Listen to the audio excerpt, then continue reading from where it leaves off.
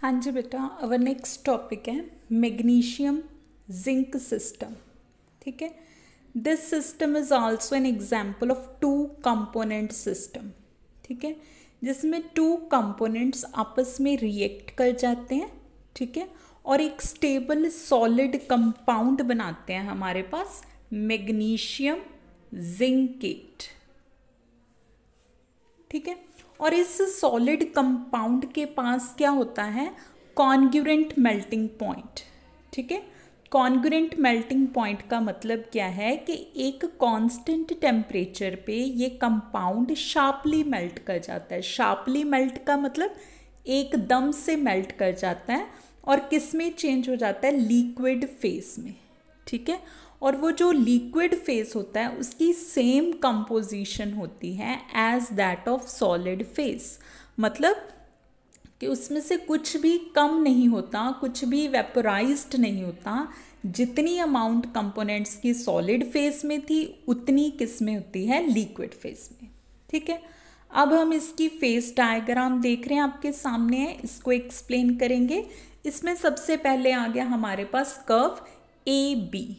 ठीक है, ये जो कर्व ए बी है इसको हम क्या बोलते हैं, this is known as freezing point curve of magnesium. A point क्या है, मैग्नीशियम का फ्रीजिंग पॉइंट है और उससे जो कर्व बनी है that is known as freezing point curve of magnesium. ठीक है, ये कर्व जैसे जैसे मूव कर रही है यू कैन सी वैसे ही इसमें कंपोजिशन चेंज हो रही है। मतलब कि इस कर्व में हम क्या कर रहे हैं, एट पॉइंट ए उसमें different amounts of zinc add कर रहे हैं। ठीक है, तो ये कर्व डाउनवर्ड मूव करिए, इट मीन्स कि ये कर्व हमें क्या बता रही है कि मैग्नीशियम के फ्रीजिंग पॉइंट में क्या हो रहा है, डिप्रेशन डिक्रीज हो रहा है as we adding zinc into it. ठीक है, जब तक हम उसमें क्या ऐड कर रहे हैं, जिंक। और ये एक पर्टिकुलर पॉइंट तक ही, सिर्फ बी पॉइंट तक ये जो उसका फ्रीजिंग पॉइंट है डिक्रीज हो रहा है, उसके बाद वो डिक्रीज नहीं हो रहा। ठीक है, सो इट मीन्स के along the curve A B हमारे पास टू फेसेस इन इक्विलिब्रियम है, एज वी हैव स्टडीड कि ऑलवेज कर्व्स पे टू फेसेस इन इक्विलिब्रियम होते हैं। तो यहाँ पे कौन कौन से इक्विलिब्रियम में है, सॉलिड मैग्नीशियम, क्योंकि ए पॉइंट क्या था उसका, फ्रीजिंग पॉइंट, वहाँ पे वो फ्रीज कर गया। ठीक है, एंड लिक्विड मेल्ट, जो जो साथ में लिक्विड में चेंज हो रहा है उसमें हम क्या ऐड करें, मैग्नीशियम। ठीक है, लिक्विड मेल्ट का मतलब लिक्विड सॉल्यूशन जिसमें जिंक भी है। ठीक है, और बी पॉइंट हमारा क्या है, this is known as eutectic point. Eutectic point मतलब जहाँ पे थ्री फेसेस एग्जिस्ट करते हैं। ठीक है, तो जो हम सॉल्यूशन में जिंक ऐड करते गए उसकी इतनी अप्रोप्रिएट वैल्यू हो गई उसमें कि मैग्नीशियम और जिंक आपस में कंबाइन करके यहाँ इस टेम्परेचर पे एक न्यू फेस एग्जिस्ट होना, अपीयर होना शुरू हो गया, दैट इज मैग्नीशियम जिंकेट। ठीक है, क्लियर हो गया। सिमिलरली जैसे हमारे पास ए बी कर्व है ऐसी ही हमारे पास कर्व है, कर्व डी ई। ठीक है, अगर हम उस तरफ से शुरू करें, ई पॉइंट क्या है हमारे पास, हमने यहाँ पे लिक्विड मेल्ट सॉल्यूशन ले लिया, उसका टेम्परेचर डिक्रीज कर रहे हैं। ठीक है, पॉइंट ई पे कौन फ्रीज कर गया, दोनों में से जिंक। ठीक है, so D point is known as the, sorry E point is known as the freezing point of zinc. और ये कर्व मूव करिए ई डी, जैसे जैसे हम उसमें मैग्नीशियम की अमाउंट ऐड कर रहे हैं। ठीक है, यहाँ पे भी हमारे पास टू फेसेस इन इक्विलिब्रियम है और डी पॉइंट क्या है हमारे पास, यूटेक्टिक पॉइंट है जहाँ पे कंपाउंड बनना शुरू होगा same magnesium zincate. Clear. Next आ गया हमारे पास this one, that is curve B C. ठीक है, तो वो क्या कह रहा है, कहता बी पॉइंट के बाद जब हम अभी भी जिंक की कंसंट्रेशन इंक्रीज कर रहे हैं तो वो कंसंट्रेशन क्या करेगी, रिएक्ट्स विद मैग्नीशियम, क्योंकि along curve B C temperature भी इंक्रीज हो रहा है, magnesium changes to liquid state और वो जिंक के साथ रिएक्ट करके कंपाउंड बनेगा।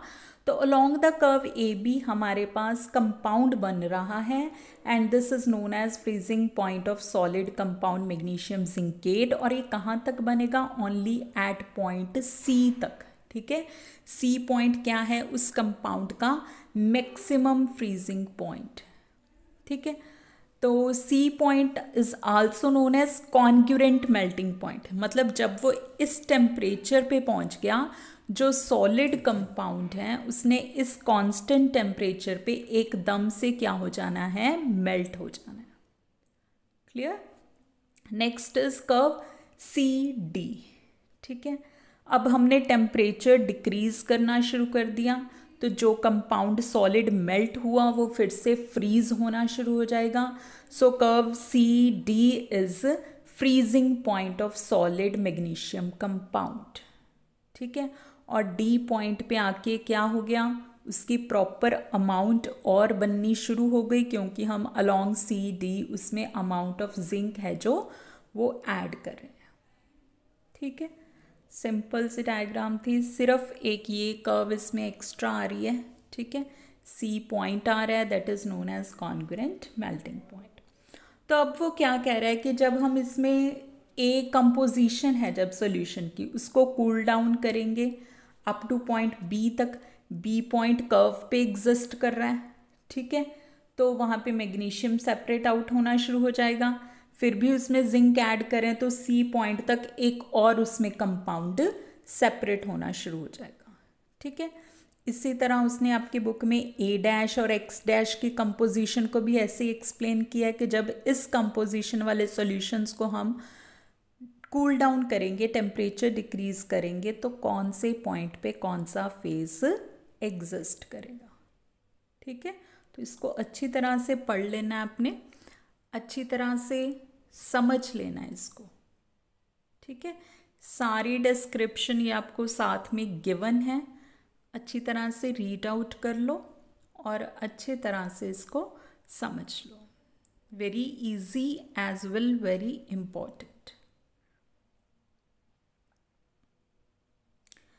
नेक्स्ट आ गया हमारे पास वो सिस्टम्स जिनमें क्या है? Incongruent melting point. ठीक है, तो वो सिस्टम है हमारे पास